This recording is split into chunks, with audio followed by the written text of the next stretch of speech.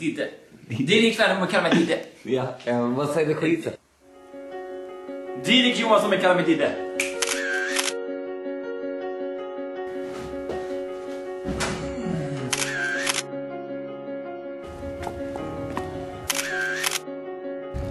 Gillar du va? Nej, snusk. Studs! Studs! Jag tar inte i! Den bara studsar.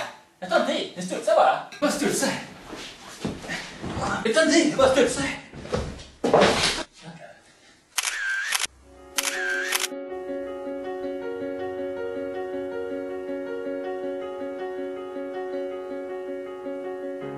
Sponsrad av Sats och Kajfesson.